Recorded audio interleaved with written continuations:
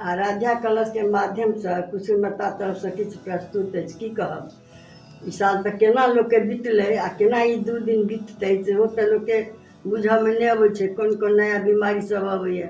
Corona तऽ सबके नाश कऽ देलक, पूरे हिन्दुस्तानेके नाश कऽ देलक।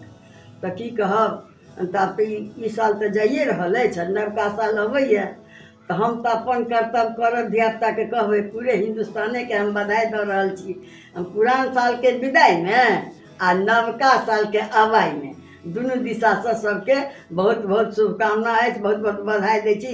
नव वर्ष सबके मंगलमय हो, मंगलमय हो। आ सब जतेक छी भारतवासी सब कोइ प्रार्थना करू अंतिम दिनमे जे हे करोना माय जे जोकरा केलिए से तऽ करबै, आब अहाँ जाउ, चलि जाउ अहाँ, आबो कल्याण करियौ मानवके, जे सब आनन्दसँ रहतै।